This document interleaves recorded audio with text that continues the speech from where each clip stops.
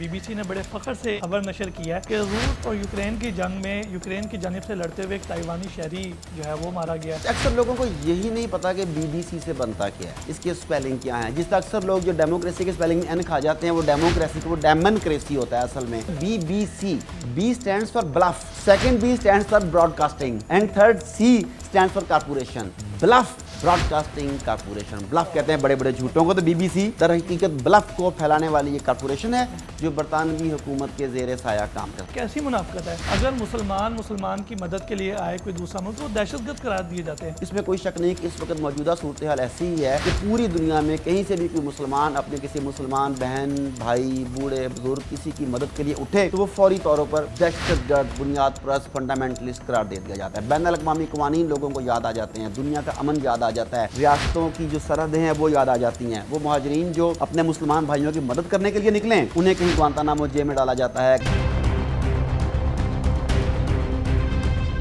السلام علیکم ناظرین، میں ہوں آپ کا میزبان مجیب الرحمان اور آپ دیکھ رہے ہیں ڈیئر ٹو ٹاک۔ ناظرین، بات کریں گے دنیا بھر میں ہونے والے اہم معاملات پر۔ ہمارے ساتھ موجود ہیں معروف تجزیہ نگار جناب ڈاکٹر عارف صدیقی صاحب۔ ڈاکٹر صاحب بہت شکریہ آپ تشریف لائے، اور ساتھ ہی موجود ہیں مخدوم عدیل عزیز صاحب۔ مخدوم صاحب بہت شکریہ آپ تشریف لائے۔ ڈاکٹر صاحب آپ سے شروع کرنا چاہوں گا، آپ کے فیوریٹ چینل BBC نے بڑے فخر سے ایک خبر نشر کیا ہے کہ روس اور یوکرین کی جنگ میں یوکرین کی جانب سے لڑتے ہوئے ایک تائیوانی شہری جو ہے وہ مارا گیا ہے، اور اطلاعات یہ بھی ہیں کہ مغرب کی حمایت یافتہ یوکرینی فوج کی مدد کے لیے ہزاروں غیر ملکی مسلح فوج جو ہے وہ وہاں پر موجود ہے۔ تو سوال یہ ہے کہ یہ کیسی منافقت ہے؟ اگر مسلمان کی مدد کے لیے آئے کوئی دوسرا ملک تو وہ دہشت گرد قرار دیے جاتے ہیں، لیکن یہاں پر انہیں پتہ نہیں کون کون سے القابات سے نوازا جاتا ہے۔ ہاں جی، پہلی بات تو یہ مجھے بھی آج پتہ لگا ہے کہ BBC میرا فیوریٹ چینل ہے۔ بالکل یہ مجھے آج پتہ چلا ہے۔ میں نے تو بتایا تھا کہ BBC نے جس طرح 65 کی جنگ میں بھی لاہور پہ قبضے کی خبریں دے دی اور اس کی کئی معاملات ہیں۔ اچھا، اکثر لوگوں کو یہی نہیں پتا کہ BBC سے بنتا کیا ہے، اس کی سپیلنگ کیا ہے۔ جس طرح اکثر لوگ جو ڈیموکریسی کے سپیلنگ میں این کھا جاتے ہیں وہ ڈیموکریسی کو وہ ڈیمنکریسی ہوتا ہے اصل میں، بولنے میں رواداری میں بول دیتے ہیں وہ لوگ۔ اسی طرح BBC B stands for bluff, second B stands for broadcasting and third C stands for corporation. BBC bluff broadcasting corporation, bluff کہتے ہیں بڑے بڑے جھوٹوں کو، تو BBC در حقیقت بلف کو پھیلانے والی یہ کارپوریشن ہے جو برطانوی حکومت کے زیر سایہ کام کرتی ہے۔ پہلی بات تو عوام کو، آپ کو، ہم سب کو پتہ ہونا چاہیے کہ BBC stands for what۔ اچھا، دوسری بات آتے ہیں آپ کے اس سوال کی جانب جس کے اندر ایک دکھ، ایک درد چھپا ہوا ہے۔ اس میں کوئی شک نہیں کہ اس وقت موجودہ صورتحال ایسی ہی ہے کہ پوری دنیا میں کہیں سے بھی کوئی مسلمان اپنے کسی مسلمان بہن بھائی بوڑھے بزرگ کسی کی مدد کے لیے اٹھے تو وہ فوری طور پر دہشت گرد بنیاد پرست فنڈامنٹلسٹ قرار دے دیا جاتا ہے۔ بین الاقوامی قوانین لوگوں کو یاد آ جاتے ہیں، دنیا کا امن یاد آ جاتا ہے، ریاستوں کی جو سرحدیں ہیں وہ یاد آ جاتی ہیں۔ وہ مہاجرین جو اپنے مسلمان بھائیوں کی مدد کرنے کے لیے نکلیں انہیں کہیں گوانتانامو جیل میں ڈالا جاتا ہے، کہیں پلچرخی کی جیلیں ان کے لیے ہوتی ہیں، کہیں بگرام ایئر بیس پر انہیں قید کیا جاتا ہے یا ابو غریب جیل میں ڈالا جاتا ہے۔ دنیا کے بدترین عقوبت خانے ان لوگوں کے لیے ہیں جو مسلمان بہن بھائیوں کی مدد کے لیے نکلیں۔ آپ دیکھ لیں کہ افغانستان، عراق، شام، کشمیر، فلسطین، جہاں جہاں پہ بھی ظلم ہو رہا ہے وہاں پر جب کہ مسلمان پہنچا تو اسے انہوں نے دہشت گرد قرار دے دیا۔ وزیرستان میں کیا ہوا؟ پوری دنیا سے جو مجاہدین آئے ہوئے تھے افغانستان کی جنگ کے لیے، افغانستان کے جہاد کے لیے، مسلمان بھائیوں کی نصرت کے لیے، جو بھی ان کے مقاصد تھے، پوری دنیا سے لوگ آئے ہوئے تھے۔ کیا ہوا؟ ان کے اوپر ڈرون حملے کیے گئے۔ کیوں کیا گیا؟ عالمی قوانین ہیں، ہمارا دنیا کے ساتھ ایک معاہدہ ہے، معاہدہ عمرانی ہے، عالمی سرحدیں ہیں۔ یہ کہاں سے آ گیا؟ عرب ملک سے اٹھ کر آ گیا، یہ وہاں سے آ گیا، اس کا کیا تعلق ہے؟ یہاں پہ دنیا کا امن متاثر ہو جائے گا، ان چند بندوں کو اگر مار دیا جائے، اللہ کے پاس بھیج دیا، یہ وہ بہتر جگہ ہے، یہاں پر دنیا بھی امن سے رہے گی، یہ وہاں پر امن سے رہے گی۔ ہم نے عالمی سرحدوں کی خلاف ورزی کی تو دنیا ایک دوبارہ سے وہ جنگل کے قانون کی طرف چلی جائے گی جس میں طاقتور کا قانون ہوگا۔ ہمیں یہ سب کچھ بتایا گیا، اور ہمارے جتنے بھی دانشگرد ہیں، ہمارا جتنا بھی لبرل اور سیکولر طبقہ ہے، انہوں نے اس بیانیوں کو نہ صرف قبول کیا بلکہ انہوں نے اسے پروموٹ کرنے کی کوشش بھی کی، بلکہ کامیابی سے کیا۔ ہمارے دانشور بھی وہ ہیں جو پہلے شراب کے 2 پیگ لگاتے ہیں، اس کے بعد آ کے اسلام کے بارے میں لیکچر دیتے ہیں۔ کسی کی چڑیا آ کے اسے بتاتی ہے، اور چڑیا بھی شراب پی کی آئی ہوتی ہے اکثر اوقات۔ اس طرح کی کئی مثالیں آپ کے سامنے یہ آتے ہیں، لوگوں کو چڑیا بھی، شرابی چڑیاں بھی آتی ہیں، پتہ نہیں، مجھے نہیں پتا، لیکن سنا ہے کہ ایسا ہوتا ہے۔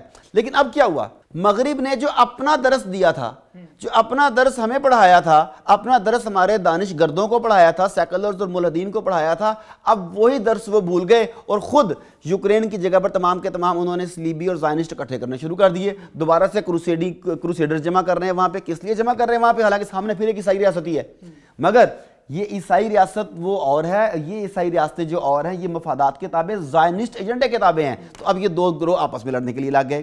اب مغرب کا معیار کہاں پہ گیا؟ اب مغرب تمام ممالک سے اپنے اپنے فوجیوں کو بلاتا ہے، کرائے کے سولجرز کو بلاتا ہے، ریٹائرڈ آرمی کو بلاتا ہے، حاضر سروس افراد کو بلاتا ہے. اب جو آپ کہہ رہے ہیں کہ بلف براڈ کاسٹنگ کارپوریشن نے خبر دی ہے بڑے فخر سے، انہوں نے یہ بتایا ہے کہ یوکرین کی مدد کے لیے پورے دنیا کے جو یورپ کے عیسائی ممالک ہیں وہ سارے کے سارے اکٹھے ہیں. یوکرین کا درد ہم سمجھتے ہیں، پوری دنیا سے لوگ یوکرین کی مدد کے لیے آ رہے ہیں. اس کا مطلب ہے کہ جو وہ کہتے ہیں زبان خلق کو نکارہ خدا سمجھو، کہ اگر پورے کا پورا یورپ، امریکہ اور یہ سارے کے سارے لوگ یوکرین کے ساتھ کھڑے ہیں تو اس کا مطلب ہے کہ یوکرین ٹھیک ہے. کہا جا رہا ہے کہ اس وقت یوکرین میں لگ بھگ 20,000 کے قریب غیر ملکی جنگجو یا کروسیڈرز جو موجود ہیں، 20,000 کے قریب، اور اس میں درجنوں ممالک کے ہیں. حاضر سروس بھی موجود ہیں. ایک تو ہے کہ کوئی ریٹائرڈ فوجی یہاں پہنچے ہوں، دوسری طرف ایسے ہیں جو حاضر سروس ہیں. ایون کہ برطانوی وزیر اعظم خود اپنی سپیچ میں برطانوی نوجوانوں کو موٹیویٹ کرتی ہے کہ تم لوگوں کو یوکرین کی جنگ میں جا کر لڑنا چاہیے، یہ ایک مقدس جنگ ہے. یہ لیز ٹرس کا بیان تھا یہ. اب آپ دیکھیں ایک اور کام، جب روس حملہ کرتا ہے یوکرین کے اوپر تو یوکرینی صدر وہ مسخرہ جو تھا اس نے ایک فورس بنانے کا اعلان کیا. فورس کا نام دیکھیں کیا ہے، انٹرنیشنل لیجن. لیجن کہتے ہیں لشکر کو.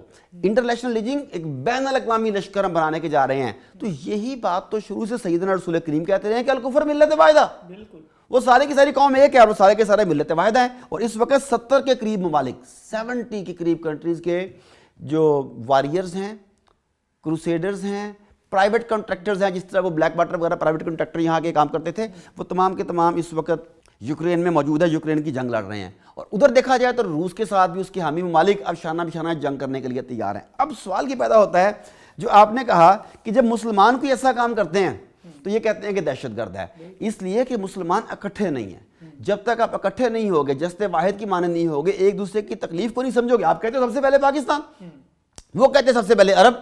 ان کے یہاں عرب نسلیت، ادھر اب افغانستان کا معاملہ نیا شروع ہو گیا ہوا ہے. بالکل وہ کہتے ہیں پختون نے تو سارا کچھ ہے. یہی کہہ رہے ہیں نا وہ پختونستان کے چکر میں پڑ گئے. آپ لوگ سب سے پہلے پاکستان کے چکر میں پڑ گئے، وہ لوگ سب سے پہلے عربیوں کے چکر میں پڑ گئے. اگر آپ ترکوں کو دیکھ لیں، ان کے اندر بھی ترک عصبیت انتہا کے اوپر ہے. وہ توران آرمی بنانے جا رہے ہیں، ہم نے اس کے لیے پروگرام کیا، وہ گڈ ہے، میں اسے اپریشیٹ کرتا ہوں. بٹ وہ توران آرمی ہے، ترکش آرمی ہے، مسلم آرمی بننے کا میرا خواب ہے کہ اللہ کرے ایک وقت آئے گا کہ توران آرمی جو ہے وہ مسلم آرمی بن جائے گی. آپ کا یہ خواب ہے، آپ کا یہ خواب ہے. مگر ایکچولی اس وقت جو اس کی ایگزسٹنس ہے، جس پروجیکٹ کے اوپر کام ہو رہا ہے، وہ صرف ترکش کے لیے بنائی جا رہی ہے، ترک زبان بولنے والوں کے لیے. تو مسلمانوں کو جب ایسے بانٹ دیں گے تو پھر ایسی مار پڑے گی آپ کو. ڈاکٹر صاحب آپ نے بڑے چشم کشا انکشافات کیے اور میں حیران ہوں کہ یہ مغربی قوتیں کس قدر دوغلی پالیسی جو ہیں وہ اپنائے ہوئے ہیں. تو اب انہیں عالمی قوانین اپنی دفعہ یاد نہیں آتے. آپ نے کہا کہ مسلمان ممالک جتنے بھی ہیں آپس میں بٹے ہوئے ہیں، کوئی بھی ایک دوسرے کے ساتھ نہیں ہے. تو یہ کس طرح اس صہیونی جال کو توڑتے ہوئے ایک دوسرے کی مدد کر سکتے ہیں؟ دیکھیں جو ہمارے مسلم حکمران ہیں ان کی اکثریت، مطلب 99.99%، سارے تو نہیں نہ ہوتے، تو 99.99% جو ہیں اگرچہ وہ صہیون کے یا صلیب کے غلام ہیں. آپ کے علم میں ہوگا کہ عرب حکمران بھی خلافت عثمانیہ کے بعد آنے والا مصطفیٰ کمال پاشا بھی، پاکستان کے حکمران بھی فری میسنری گرینڈ ماسٹر تک رہے ہیں. یہ فری میسن ہونا ایک اور بات ہے، فری میسنری گرینڈ ماسٹر ہونا ایک بہت بڑا ان کی نزدیک رتبہ ہے. اور مشرف صاحب جا کے انٹرنیشنل جیوش کانگریس سے خطاب کرتے ہیں، جو بڑے بڑے فری میسنری گرینڈ ماسٹرز کا حق یا استحقاق سمجھا جاتا ہے. ان کی وہاں پہ اتنی اچھی گڈ ول تھی.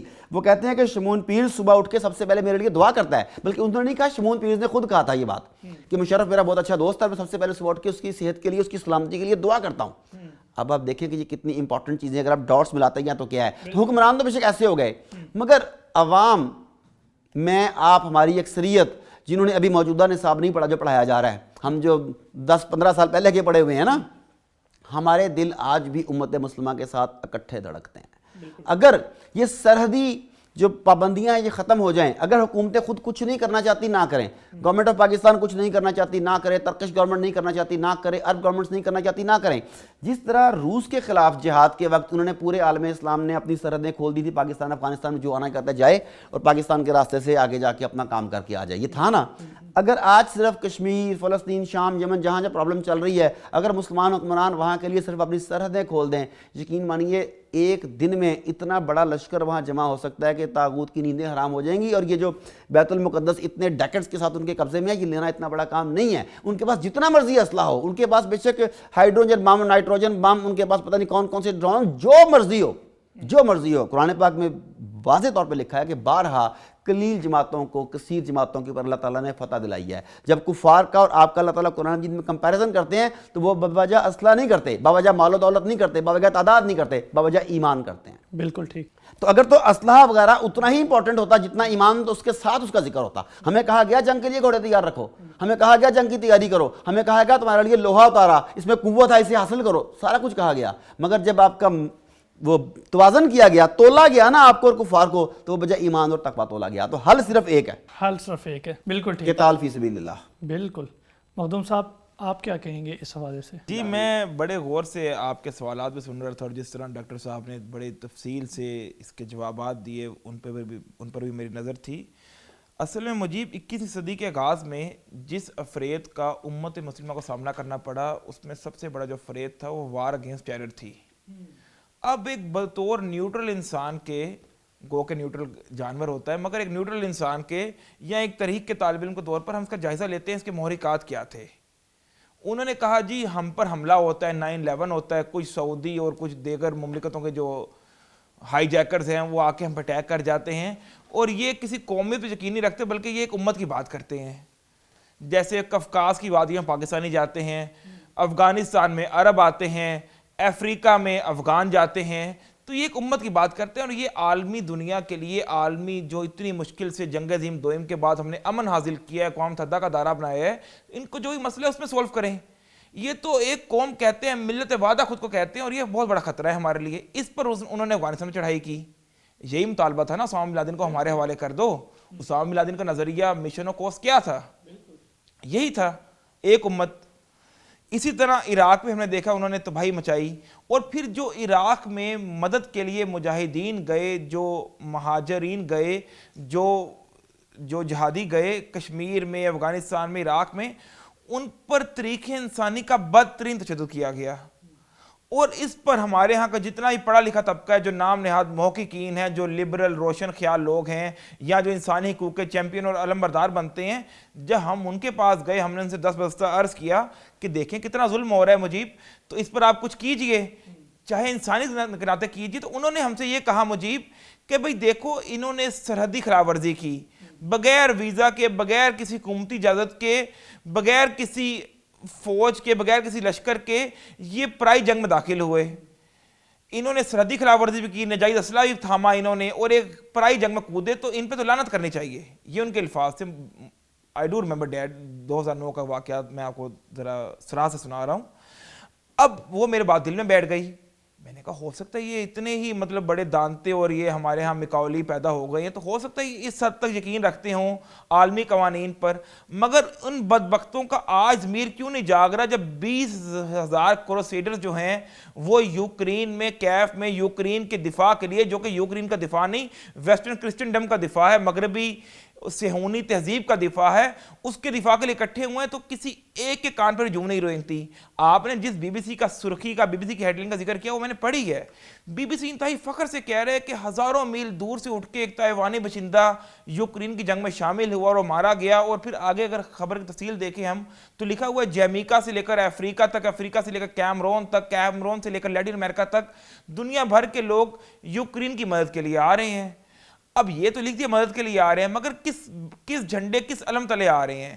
وہ صہیون کا علم ہے، وہ صلیبی علم ہے، اور یہ وہی علم ہے جو 1000 سال پہلے یروشلم میں آیا تھا مسلمانوں کے خلاف جنگ کرنے. تو یہ آج بھی مجیب 1000 سال بعد بھی وہی ہیں جو 1000 سال پہلے تھے. مگر بدبختی ہماری یہ ہے کہ مسلمانوں نے اس چیز سے کچھ نہیں سیکھا. تو ہمارے لیے بھی بقا کا راز یہی ہے، ڈاکٹر صاحب نے جو کہا، قتال فی سبیل اللہ اور ملت وحدہ. جو 57 اسلامی ملک ہیں وہ ایک ملت کی مانند اکٹھے ہو جائیں تو جتنے ہی ہمارے تصفیہ طلب معاملات ہیں وہ دنوں میں حل ہو جائیں گے. بالکل ٹھیک. یہاں میں ایک چیز ایڈ کرنا چاہوں گا، جسٹ صرف کریکشن کرنا چاہوں گا. اگر میں غلط ہوں تو مجھے بتا دیجیے گا. جیسے میں نے آپ لوگوں کو ڈیموکریسی کے اسپیلنگ ابھی بتائے ہیں، میں نے آپ کو بی بی سی کا بتایا کہ یہ بلف براڈ کاسٹنگ کارپوریشن ہے. اسی طریقے سے یہ وار اگینسٹ ٹیرر نہیں تھی، یہ وار آن ٹیرر نہیں تھی، یہ وار آف ٹیرر تھی. تو کم از کم ہم لوگوں کو صحیح بولنا چاہیے.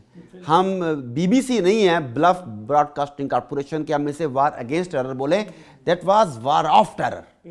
یہ اس میں ایڈ کرنا چاہوں گا. بالکل ٹھیک. ڈاکٹر صاحب ایک اور چونکا دینے والی خبر، امریکہ اور روس کے درمیان قیدیوں کے تبادلے کا ایک معاہدہ ہوا جس میں امریکی صدر نے ایک باسکٹ بال کے قیدی کے بدلے میں ایک بدنام زمانہ اسلحہ ڈیلر سمگلر کو رہا کرنے کی منظوری دے دی ہے. تو میں حیران اس بات پہ ہوں کہ ہم امریکہ کے نان نیٹو اتحادی بھی ہیں، پھر ایٹمی قوت سے لیس بہترین آرمی ہمارے پاس موجود ہے، ہمارے پاس مکاولی جیسے بہترین دماغ بھی موجود ہے، اور ان تمام کے باوجود ہم ایک قوم کی بیٹی عافیہ صدیقی کو رہا کروانے کے لیے کوئی ڈیل نہیں کر سکے. دیکھیں، ایک تو یہ ہے کہ جس نے وہ آپ سپورٹس کی بات کر رہے ہیں وہ سپورٹس گرل ہے، اس کے ساتھ بھی ایک پوری ہسٹری ہے. میں آپ کو بتاتا ہوں. پہلی بات تو یہ روسی اسلحے کا سوداگر جس کی بات کر رہے ہیں اس کا نام ہے وکٹر بوٹ. وہ امریکہ کا مطلوب تھا اور روسی اسلحے کا سمگلر تھا. پوری دنیا روسی نژاد تھا، اسلحے کا سمگلر تھا، پوری دنیا میں اسلحہ سپلائی کرتا تھا، امریکہ کے خلاف بھی جاتا تھا اسلحہ. تو ایک آپریشن کیا گیا، اس آپریشن میں تھائی لینڈ سے اسے گرفتار کر لیا گیا، اور 1 2 4 نہیں، گزشتہ کوئی آلموسٹ مور دین 1 ڈیکیڈ ہو گیا، اسے 10 12 سال ہو گئے ہیں وہ امریکہ کی جیل میں قید تھا. اور یہ روسی اسلحے کا تاجر موجودہ صدر پیوٹن کا فرینڈ تھا، اس کا دوست تھا. یہ ہوگی اس کی بات. دوسری طرف امریکی باسکٹ بال کی مشہور کھلاڑی برٹنی گرینر تھی، جسے رواں برس منشیات کی سمگلنگ کے الزام میں، کہ منشیات وہ کیری کر کے وہاں جاری تھی، اس الزام میں اسے پکڑا گیا اور اس نے اقرار جرم بھی کیا، تسلیم کیا کہ اس کے پاس سے واقعی یہ برآمد ہوئی ہیں. اب اس سب کے باوجود کیا ہوا، روس نے امریکہ سے معاہدہ کیا، امریکہ نے اسے ایگری کیا، اور ایک ایتھلیٹ کے بدلے انہوں نے اپنا تاجر واپس لے لیا. اگر وہ ایتھلیٹ ہے تو وہ تاجر ہے، اگر وہ منشیات کی ڈیلر ہے، اگر اسے خبروں میں منشیات کی ڈیلر کہا جائے تو پھر آپ کو کہنا چاہیے کہ وہاں سے وہ اسلحے کا سمگلر تھا. اچھا، نو ڈاؤٹ کہ یہ ہوا. اور اس میں ہیلپ کس نے کی؟ اس میں UAE نے کلیدی کردار ادا کیا. ایک اور عرب ملک کے ولی عہد نے بڑا اہم کردار ادا کیا کہ دونوں ملکوں میں کشیدگی کسی طرح سے کم ہو جائے اور یہ معاملات نبٹ جائیں. اچھا، اب یہ دیکھیں کہ ایک طرف تو یہ خبر ہے، دوسری طرف اس طرح کی کئی چیزیں ہیں. مثلا جو ہمارا مسلسل ہر دوسرے دن کا رونا ہوتا ہے کہ doctor Aafia Siddiqui, doctor Aafia Siddiqui, doctor Aafia Siddiqui. ہر حکمران جو آتا ہے وہ اس کی رہائی کا، اس کی واپسی کا وعدہ کرتا ہے. وہ ناحق لگ بھگ 2 ڈیکیڈ 18-19 سالوں سے ہو گئے، وہ 2 ڈیکیڈ سے قید ہے. وہ کسی ایسے ہی معاہدے میں رہا کرا لیتے اسے. آپ ریمنڈ ڈیوس کو چھوڑ رہے ہو، پلڑے میں کچھ لے لیتے. آپ کرنل جوزف کو چھوڑ رہے ہو، اس کے بدلے میں کچھ لے لیتے. راتوں کو عدالتیں لگوا کے اتنے بڑے بڑے فیصلے کروا لیتے ہو کسی. اچھا، وہ تو ویسے بھی ذہنی طور پہ جو بالکل فارغ ہو چکی ہے، اس کے ساتھ امریکہ کو، طاغوت کو کسی قسم کا کوئی خطرہ نہیں ہے. لیکن that is a matter of honour, matter of prestige. وہ آپ کو مسلسل امت مسلمہ کو ذلیل کرنے کے لیے اسے وہاں پہ رکھ کے ٹارچر کرتے ہیں تاکہ ہمیں پتہ لگے کہ ہم کچھ بھی نہیں کر سکتے. اگر روس اور امریکہ کے دوران یہ ڈیل کروانے کے لیے سعودی عرب اور UAE مداخلت کر سکتے ہیں تو پاکستان کی بیٹی کو واپس دلوانے کے لیے بھی ان سے ریکویسٹ کی جا سکتی ہے کہ بڑے بھائیو، تم ہمارے براہ کرم ہمارے لیے بھی کچھ ایسا پلان کر دو کہ ہماری بیٹی وہاں سے واپس آ جائے. مگر ایسا کچھ بھی نہیں کیا انہوں نے. اب وہ جو لبرل اور دانشگرد جو ہیں ہمارے، جو یہ کہتے تھے کہ عافیہ صدیقی کے لیے کس منہ سے ہم پوری دنیا میں جائیں، وہ ایک دہشت گرد تھی، حالانکہ وہ ثابت نہیں ہے، اس لیے اقرار جرم بھی نہیں کیا. ایسا کچھ نہیں ہو سکا. یہ تو دونوں ثابت شدہ مجرم ہیں. تو اگر ان کے تبادلے کے لیے ان کے ملک ان کے لیے سفارتی دباؤ ڈال سکتے ہیں، دوسرے ممالک کی مدد لے سکتے ہیں، تو پاکستان یا پاکستان کے حکمرانوں یا پاکستان کی اشرافیوں کو کیا تکلیف ہے؟ روسی تاجر بھی رنگے ہاتھوں پکڑا گیا اور باسکٹ بال کھلاڑی بھی رنگے ہاتھوں پکڑی گئی. یہ تو ہو گیا ایک رخ. اب ایک اور چیز میں دیکھنے والی ہے کہ امریکہ کو ایک جسٹ سپورٹس گرل کے لیے اتنا کچھ کرنے کی کیا ضرورت تھی؟ ایک باسکٹ بال کی کھلاڑی ہے اور مجرم ہے. اس میں 2 چیزیں ہیں. ایک تو امریکہ نے وہی پالیسی اپنائی ہے جو غالباً سیدنا امیر معاویہ کی تھی کہ مسلمان کو دنیا کے کسی بھی خطے میں نقصان پہنچے گا تو خلیفہ ذمہ دار ہوگا. ایک تو امریکی اسٹیٹ یہ کرتی ہے کہ پوری دنیا میں جہاں کہیں بھی امریکی شہری ہو وہ اس کے تحفظ کے لیے کام کرتی ہے. دس از نمبر 1. مگر وہ مجرم بھی تو ہوتا ہے نا، کئی معاملات ہوتے ہیں. اب روس کے ساتھ آؤٹ آف دا وے جا کے انہوں نے ایگریمنٹ کیوں کیا؟ دیکھیں، وہ باسکٹ بال کی کھلاڑی ہے. باسکٹ بال کن کپڑوں میں کھیلا جاتا ہے وہ بھی آپ کو پتا ہے. سپورٹس گرلز کے پیچھے فیشن انڈسٹری، کاسمیٹک انڈسٹری اربوں روپے نہیں، اربوں ڈالرز کی سرمایہ کاری کرتی ہے. وہ اتنی سی جو ان کا کپڑا جو تقریباً 1.5 بالشت کا ہوتا ہے، وہ کئی $100 کا جو ان کا برانڈ ہوتا ہے وہ چل رہا ہوتا ہے اس کے ذریعے. وہ جو منہ پہ لپا پوتی کرتی ہیں وہ چیزیں کیسے بک رہی ہوتی ہیں. مطلب ہر چیز آپ کو پتا ہے کہ وہ سپورٹس گرلز کس طریقے سے فیشن انڈسٹری کو پروموٹ کرتی ہیں. تو در حقیقت اب جب یہ لڑکی وہاں پہنچے گی، ایتھلیٹ پہنچے گی، چند دنوں کے بعد جب معاملہ تھوڑا سا آگے بڑھے گا تو اس کے بعد میڈیا کے اوپر جو کچھ وہ پہن کے آئے گی، جو چیزیں وہ دکھائے گی، سب کچھ وہ اس انڈسٹری کو پھر سے بوسٹ دے گا. یہ کارپوریٹ ورلڈ کی بھی مجبوری تھی. بالکل ٹھیک. مخدوم صاحب، آپ سے جاننا چاہوں گا سال 2022